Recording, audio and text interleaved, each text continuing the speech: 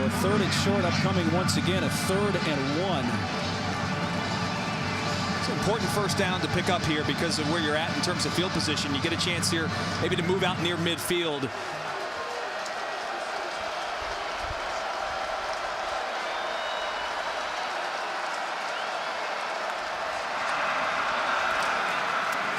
Got to keep it. Anthony Jennings can do this. He's a big kid. He's listed at 6'2", 230 pounds. And on the quarterback keeper, a first down. We saw him in warm-ups. He didn't even have his pads on yet. I'm like, is that Jennings? The big dude. And certainly when he's got a convoy of blockers to run behind like that, and they've got a really big and physical offensive line across the board. They're all 6'5", 300+ pounds. So you always wonder how athletic those guys are, but they certainly can move piles. McGuire back in, but here's the flip and the reverse. Riles cuts it upfield, but out of all that, it's going to get maybe a yard. Roquan Smith, number 3, with the tackle. It's amazing. Roquan Smith is everywhere on this defense. And Kirby Smart was saying this week, he kind of considers him more like a new age linebacker because of how big he is and how fast and really running sideline to sideline. Mark, they don't have to take him off the field because he's so athletic that he can match up with tight ends and wide receivers even from time to time. He's the leading tackler for the Bulldogs this year, and he had a team-high 7 tackles last week in the win over Auburn. No gain on that last play. 2nd down and 10. In motion, Jaquette. Jennings, play fake. He's going to take a deep shot in the direction of Jaquette, but it's double covered and picked off. Aaron Davis inside the 10. And for the 2nd time today, Jennings is picked.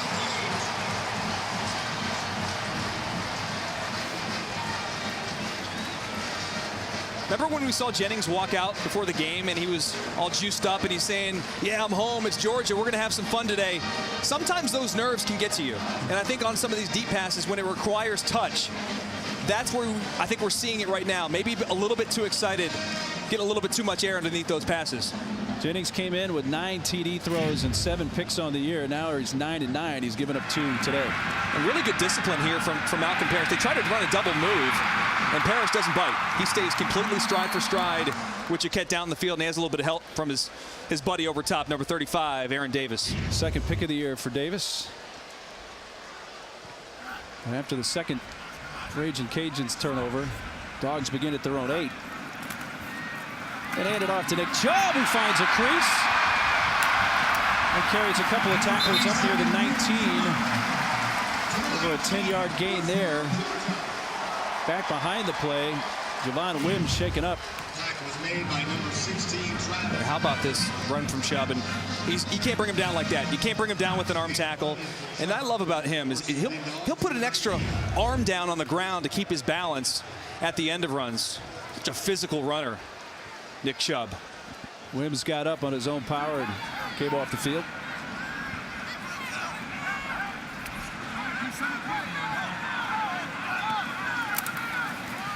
Pitch to Chubb. Trying to cut it outside. Breaks an arm tackle. We'll have another first down up near the 30-yard line. Tracy Walker and Jarvis Jeffries eventually able to corral him. Georgia Bulldogs starting lineup on the offensive side. Chubb, the junior. There's been some talk this week about his future, and Chubb says, hey, as far as what I'm doing next year, a possible NFL draft, that's not even thinking about it right now. Saying the right things. I mean, you certainly got to be focused on the last couple games of the season in a bowl game, but there's no question that NFL scouts are drooling over getting Nick Chubb in this upcoming draft. Pitch to Sony Michel. He's dropped. Maybe shy of the line of scrimmage by Jarvis Jeffries, defensive end, 6'3", 245-pounder.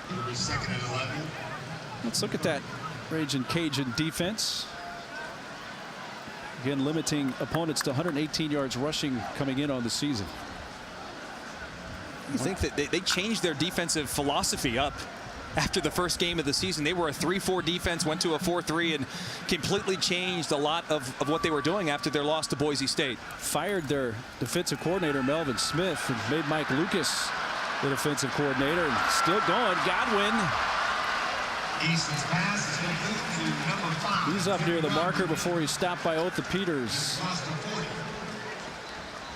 And Terry Godwin is another special one coming out of the slot. Yeah, a little bubble screen here, get a good block right there, and then he just makes guys miss. You got to make tackles against these playmakers on the outside for Georgia, and if you don't, they're gonna hurt you. Yards after catch can be a big-time killer for a defense like Louisiana Lafayette. You come in here, you better bring your A game. You better be sure tackling on defense. So after the Georgia first down, up to their own 41-yard line. In motion, Ridley. Handoff. And Michelle up near the 45. Tackled there by Trev Miller. I always find it interesting how they rotate Sony Michel and Nick Chubb, because they're both as talented as any in the country. There's most programs across the country don't have a running back near as good as either of these guys. I mean, they could start for any team in the country. And with Nick Chubb kind of getting rolling there with the last couple of runs, they put Sony Michel in. And I asked Coach, I said, well, how do you do it? He said, well, I try to get 3 carries here, 3 carries to the other guy. And right now, I think it's Sony's time. Second down at 6. And it is Sony's time indeed. Again, bounced off one tackler, but then rudely met just shy of midfield. And pulled down for about a 5-yard gain by Savion Brown. Good problem to have, though, Mark. A couple of running backs like that when you're take it. Coach Chaney. Especially when you have a freshman running, or a freshman quarterback. You want to take the pressure off of him. You've got 2 guys in the backfield who are going to play in the NFL. Yeah, young quarterback, an offensive line that's still developing. 3rd and short, 3rd and 1. Chubb comes back in. Along with McKenzie. Give it to the up man, which is Chubb, and he'll fall forward and have the first down to the 48 of the Raging Cajuns. Another stop for number 50, Trev Miller, but Chubb moves the sticks.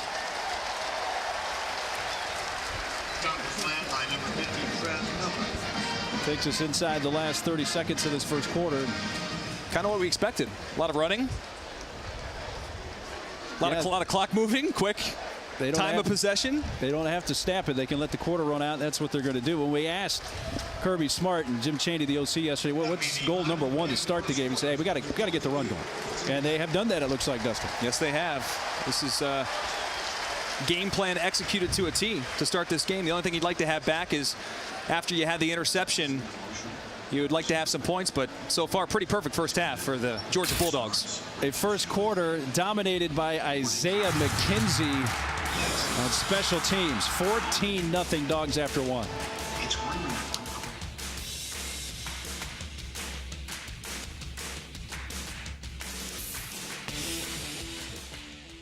To 21, along with Dustin Fox, I'm Mark Neely. When we heard from Kirby Smart after the game, he thought that the opposing team was as physical as his own today. In the trenches. It was a pretty evenly matched game by both teams. And that's a little bit of a surprise because you're playing a Sun Belt opponent. You would expect to dominate a little bit more, especially when you look back at what you did last week against Auburn. But it was not the case. And I thought it was interesting, too, his point about playing some of the backups in this game. You haven't had that opportunity all year. So some of those guys you want to get reps to, they didn't play very well. You wonder how conservative they'll be. Because if you turn the football over, I mean, that could be the game. Youngstown State just lines it up and tries to kick a walk-off field goal. Max Brown has not been very good here in the second half. He certainly hasn't had much protection as well. They have not taken any shots down the field. Everything's been right around the line of scrimmage. Olesen swarmed under. Louis Jean there to finish him off. The problem with being conservative at this point, when you've got a freshman kicker that has already missed 2 kicks, I don't know how much you can count on him here in overtime. You might be saying to yourself, hey, look, we've got to go get a touchdown and not put the pressure back on the kid to go out here at the opposite end of the field with the same weather conditions and try to kick a field goal to give us a 3-point lead. You know, YSU loading the box here. They're expecting run. Henderson in motion. Another run for Olesen. And a marginal gain to the 20. Sets up a huge 3rd down. He's to the 20. You wonder, you know, if if Pitt's able to pick up a few yards here on 3rd down, regardless, do they go for it if it's a 4th and short? Very well might. Not sure, as you said, how much Pat Narduzzi can count on his kicker right now. There's no way Narduzzi has a lot of confidence in Alex Kessman right now.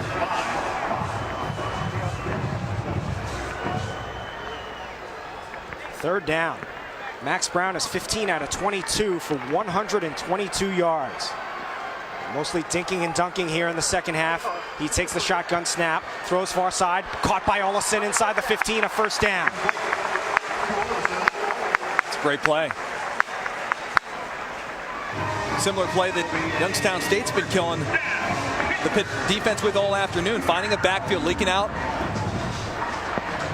Play action pass, finds Olesen wide open in the flat, turns it upfield, picks up the first down.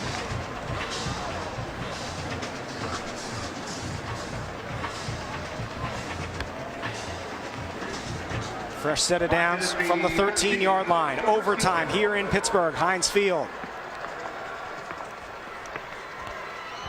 Olesen up the middle. What a great tackle by Armand Delavade, the Mike linebacker, coming up, knifing in there. They say shoot your gap. You got to see number 42. Armand Delavade shoots in there and knifes down Olesen for little to no gain. Olesen now 21 carries, 91 yards, 2 touchdowns, both in the first quarter. Has not been quite as effective here in the second half, nor have the Panthers. No gain on the play.